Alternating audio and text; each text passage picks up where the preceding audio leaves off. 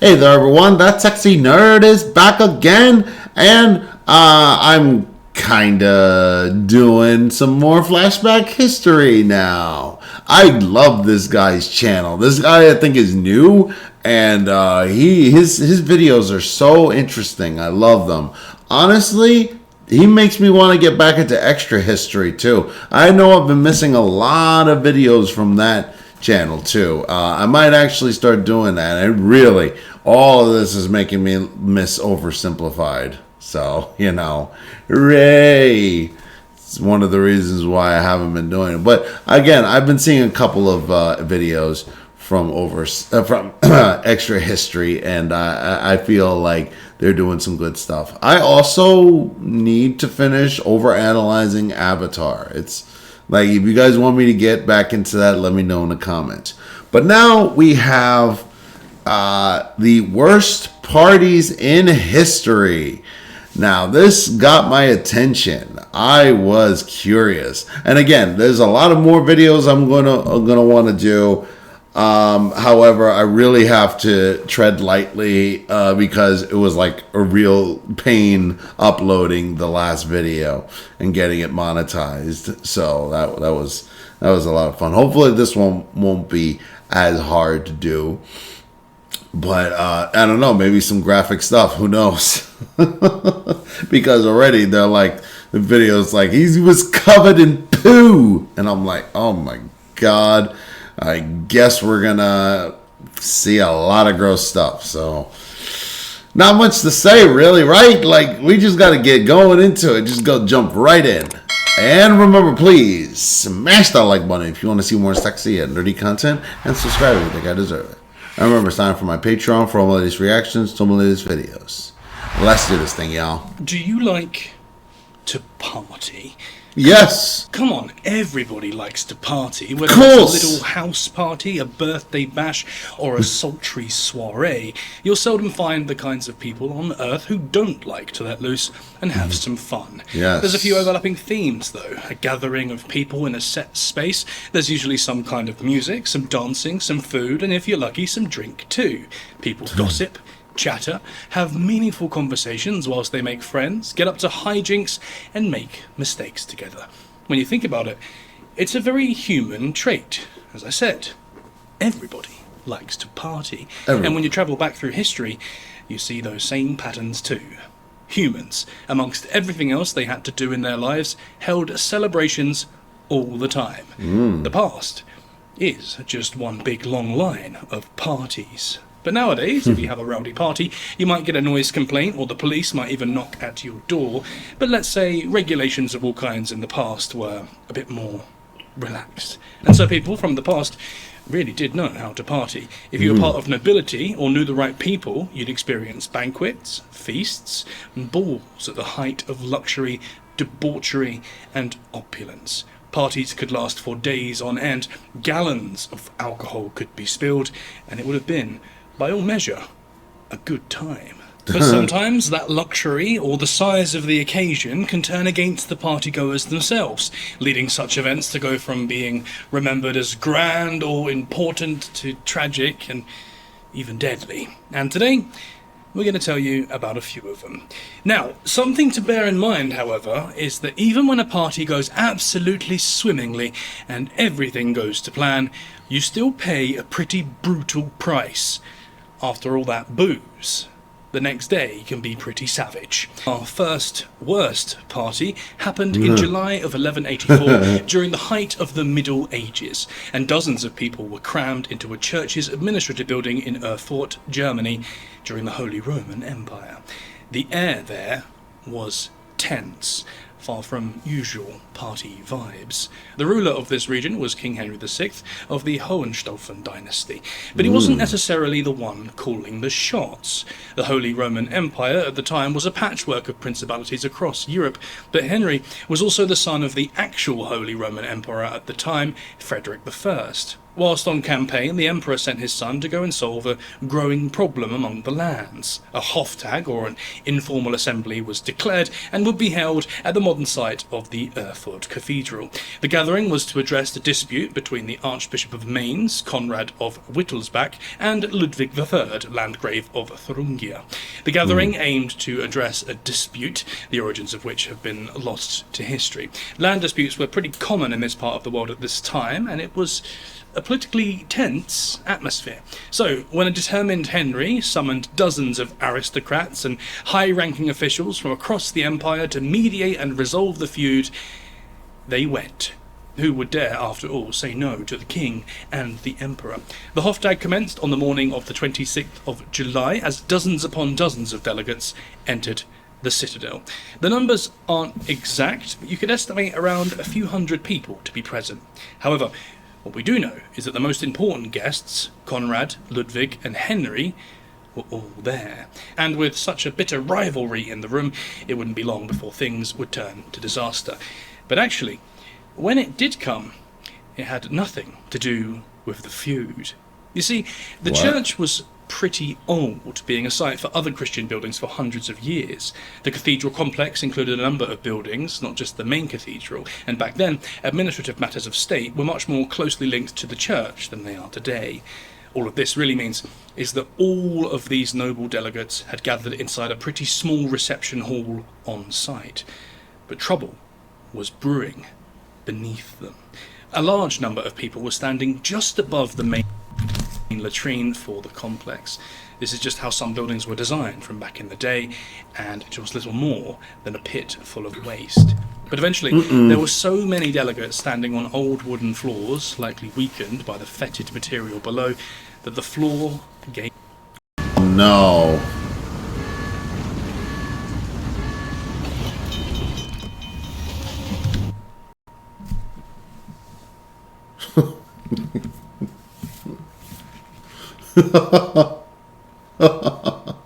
Look at these two on the top here, just like, whoa, Larry, I won't be able to get over this trauma. No shit, Mo. I don't know. Whatever those two Muppets names are. gave way under their combined weight, Oh, sending no. dozens of nobles falling into the gruesome pit. Poop. Some were crushed by falling wood and stones, whilst some asphyxiated from the toxic fumes. Ooh. A select few even drowned in the horrific contents. I would It's believed imagine. between 60 and 100 people perished in this incident, and yet in spite of the huge death toll, all the key players in the dispute miraculously survived. King Henry and Archbishop Conrad specifically escaped death by clinging to iron window railings. Henry was troubled by the whole thing and left soon after. Due to the shocking events that ensued, all thoughts of brokering a peace between the two feuding nobles were forgotten. It appears the feud between Ludwig III and Archbishop Conrad may have persisted, but nobody knows for sure. The event itself, however, wouldn't be forgotten and would forever be remembered as the Erfurt latrine disaster.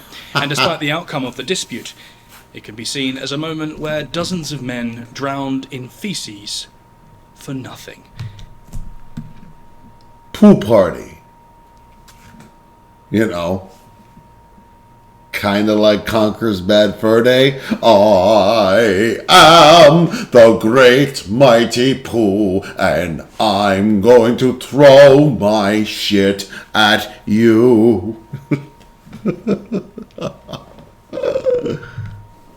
Now, this isn't actually a party in the classical sense, it's more of a sort of medieval political conference, but it does go to show how things used to go so horribly wrong when many people would gather in a single place. I would Let's imagine. be honest, what's a party without fireworks? No matter the occasion, many can't help but look up in awe at those colours in the sky. And fireworks are actually incredibly old, first being invented in China Yeah. around the year 2000 BC. Jeez. They remain a common component for any celebration for over a millennia. And almost 2,000 years later, they would lead to a disaster inside one of the grandest parties of all. In France, then monarch Louis XV used elaborate God. fireworks course displays the to French. commemorate almost any event. And all of Louis' displays were created by the king's official pyrotechnicians, the Ruggieri brothers. The Ruggieris, whose fireworks company is still in operation today, I've heard of them, pioneered yeah. much of what we see in modern fireworks displays. The moving effects, unique shapes, and the quick match fuse used to light multiple rockets at once are all Ruggieri inventions. Wow. So when a young Marie Antoinette was to be married to the Dauphin, later known as Louis XVI, in 1770, no expense would be spared. I But would unfortunately, imagine. And that's the reason why they got their heads chopped off. Because the rich spent way too much. Ruggieri's bombastic displays would create what the Guinness World Records still considers to be the world's worst firework disaster in terms of boy. the number of deaths. Henry What? Sutherland's 1893 History of Paris, Old and New Paris, its history, its people, and its places, provides a vivid description of what happened. To quote, "All was going well when suddenly a gust of wind blew down among the crowd some rockets only partially exploded. Fireworks, like so many inventions of Italian origin, were still, to the mass of the French public, a comparative novelty. And this, together with the positive inconvenience and even danger of a fall of blazing missiles in the midst of thousands of excited and closely packed spectators, was quite enough to account for the terrible confusion, resulting in many hundreds of fatal incidents which now ensued." Effectively, a large gust of wind, or another factor, caused one or several of the fireworks to operate incorrectly, which led to it crashing amongst the spectators at the event, of which hundreds had gathered. The panic spread through the crowd faster than any virus and caused a rush towards the Rue Royale, but amongst the melee, people fell and were trampled as hundreds of other people tried to flee the venue down the narrow street. Sutherland notes that the official government death toll was listed as 133, but many citizens felt that total massively underestimated the true number of casualties. Sutherland writes, quote, "I know many persons," says Mercier in his Tableau de Paris, "who 30 months after these frightful scenes still bore the marks of objects which had been crushed into them. Some lingered on for 10 years and then died. I may say without exaggeration that in the general panic and crush, more than 1,200 unfortunate persons lost their lives. One entire family disappeared, and there was scarcely a household which had not to lament the death of a relative or friend." Wow. The death toll varies wildly. Some sources put it as high as 3,000, whilst others place it lower at around 800 or so. Yeah, Either come way, on. It would ensure that the happy couple's wedding would be tarnished with the sheer level of death. 3,000. Like, you guys don't realize how many people are 3,000. No, it had to be like just like a few hundred at least. Even a few hundred looks like a lot of people. It would famously not be the last public spectacle the two would be involved in either, with the French Revolution and Madame la Guillotine, a mere 19 years away. Yep. Another party is 1393, the Ball of the Burning Men. Now, let's take you back to the 14th century, where one party was so infamous for the horrifying way that people died there. Imagine, it's the first week of the year in Middle Ages France, and the French royal court, full of pomp and circumstance as always, Looks like would Charles. decide to celebrate the upcoming third marriage of one of the Queen's ladies-in-waiting. Yes, they really would look for any excuse to have a good old shindig. It must have been a slow week in the royal court's calendar. But actually, maybe there's another darker reason behind the throwing of such a grand get-together with such a relatively minor member of the royal court getting married. And that was because of the king and his wife. The King of France at the time was Charles VI, known to many throughout history as Charles the Mad. Charles suffered throughout the majority of his life with mental illness and psychotic episodes.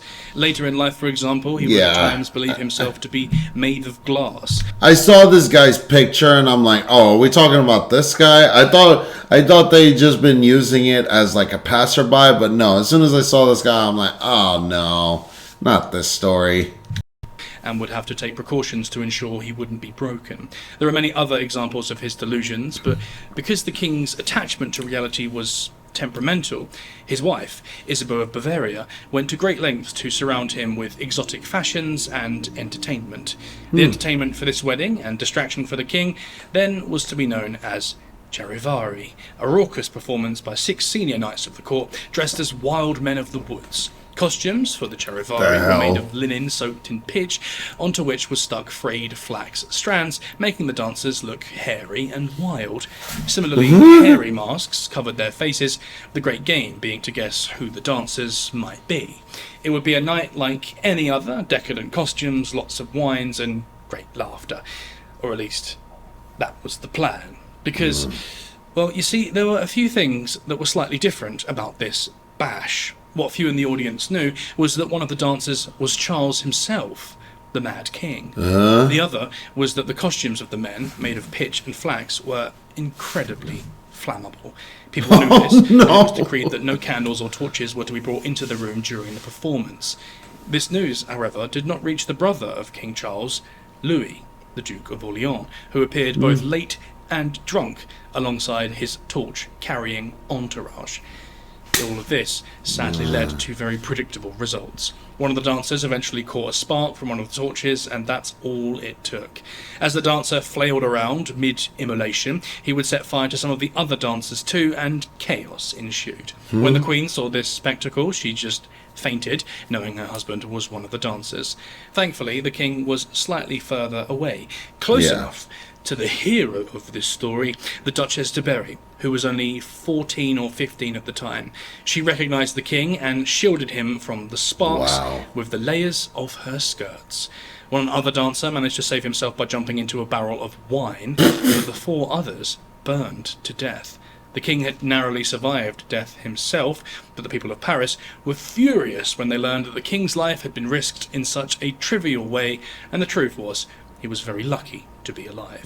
As a result of the outrage, the entire court was forced to partake in a public penance. The event went down in history as the Bal des Ardentes. In English, that translates to the Ball of the Burning. What? Our final tale, when recounting the most disastrous parties in history, doesn't actually come from medieval Europe. In fact, it doesn't come from Europe at all. Instead, the year is 1829, and we're in the New World. Washington, D.C., in the United States. Oh, I know this. Andrew Jackson's party. Yep. Andrew Jackson had just won the presidential election to become the 7th commander-in-chief of this great nation. Now, Jackson was a pretty important president. He's on the $20 bill for a reason, after all. He'd previously run a similar campaign in 1824, but it had fallen short to John Quincy Adams. Jackson ran against Adams again in 1829, but this time his populist rhetoric got him through, whilst Adams was seen as something of a snobby intellectual elite in light of a poor first term. But this election was special. Jackson would be the most democratically elected president in US history up to that point. Some states had started to relax the laws a little on who could vote, and so Jackson called himself a champion of the common man.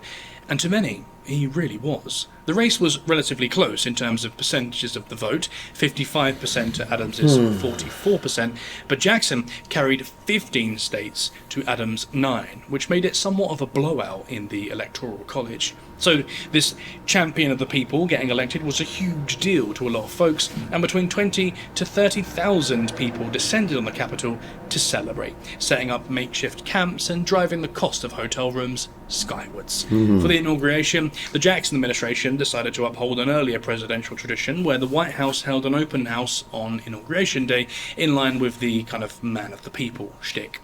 One Washington socialite, Margaret Smith, later wrote that, quote, thousands and thousands of people, without distinction of rank, collected in an immense mass round the Capitol. But with such a mass of people, the celebration very quickly turned to a total nightmare. After Jackson's inauguration speech, a cable separating the public from the Capitol steps broke. Smith described the crowd that broke through. They rushed up the steps, all eager to shake hands with Jackson. It was with difficulty he made his way through the Capitol and down the hill to the gateway that opens on the avenue.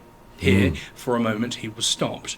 The living mass was impenetrable. That's crazy. It might seem quite bizarre to us in the modern day to see a politician who experienced anything from a crowd this large, other than total disdain, but the people were genuinely excited to maybe meet the president given his public image. The crowd flooded into the White House, furniture was trampled, whilst other expensive pieces were knocked over. Food and drink was spilled everywhere, with the staff reporting that the carpets in the White House smelled like cheese for months after the fact. Priceless fine china found itself smashed What? to pieces too. It's At one point, January Jackson was 6th. backed up against a wall, completely surrounded by well-wishers, so insatiable was their appetite to meet him. It's a genuine miracle that nobody died and that President Jackson was unscathed by the whole affair. Smith's description continues. Ladies fainted, men were seen with bloody noses, What? and such a scene of confusion took place as is impossible to describe. Those who got in could not get out by the door again, but had to scramble out of the windows. There was such a crush of people entering the president's residence that people were forced out of the windows in order to escape the mass crowd. Reportedly, Jackson himself, overwhelmed by being surrounded by so many people who wanted to congratulate him, also had to exit via a window, going to a local hotel just to get away from it all. Now, to be fair to Jackson, it should be noted that some of his supporters later claimed that the tales of drunkenness and damage at the inaugural party were a bit exaggerated by his political enemies at the time, and some modern historians posit that much of the wide-scale destruction didn't happen the way it's reported. But neither side disputes that an enormous crowd descended upon the White House, forcing the new president to make an escape. Eventually, the White House steward helped move the party outside, where it continued in relative peace. The cheese story is also considered exaggerated by some accounts. But as you can imagine, this same tradition can't happen today for a myriad of security reasons. But for a short time in 1829, some people got to party in the White House. And as far as history is concerned, I think that's pretty damn cool. Woo! Of course, number one had to take place in America. Of course, it had to. With all the medieval whatever and la-di-da, fla-di-da-di-da, and what happens? It is blown out by a White House party, by a White House beer get-together. America, never change.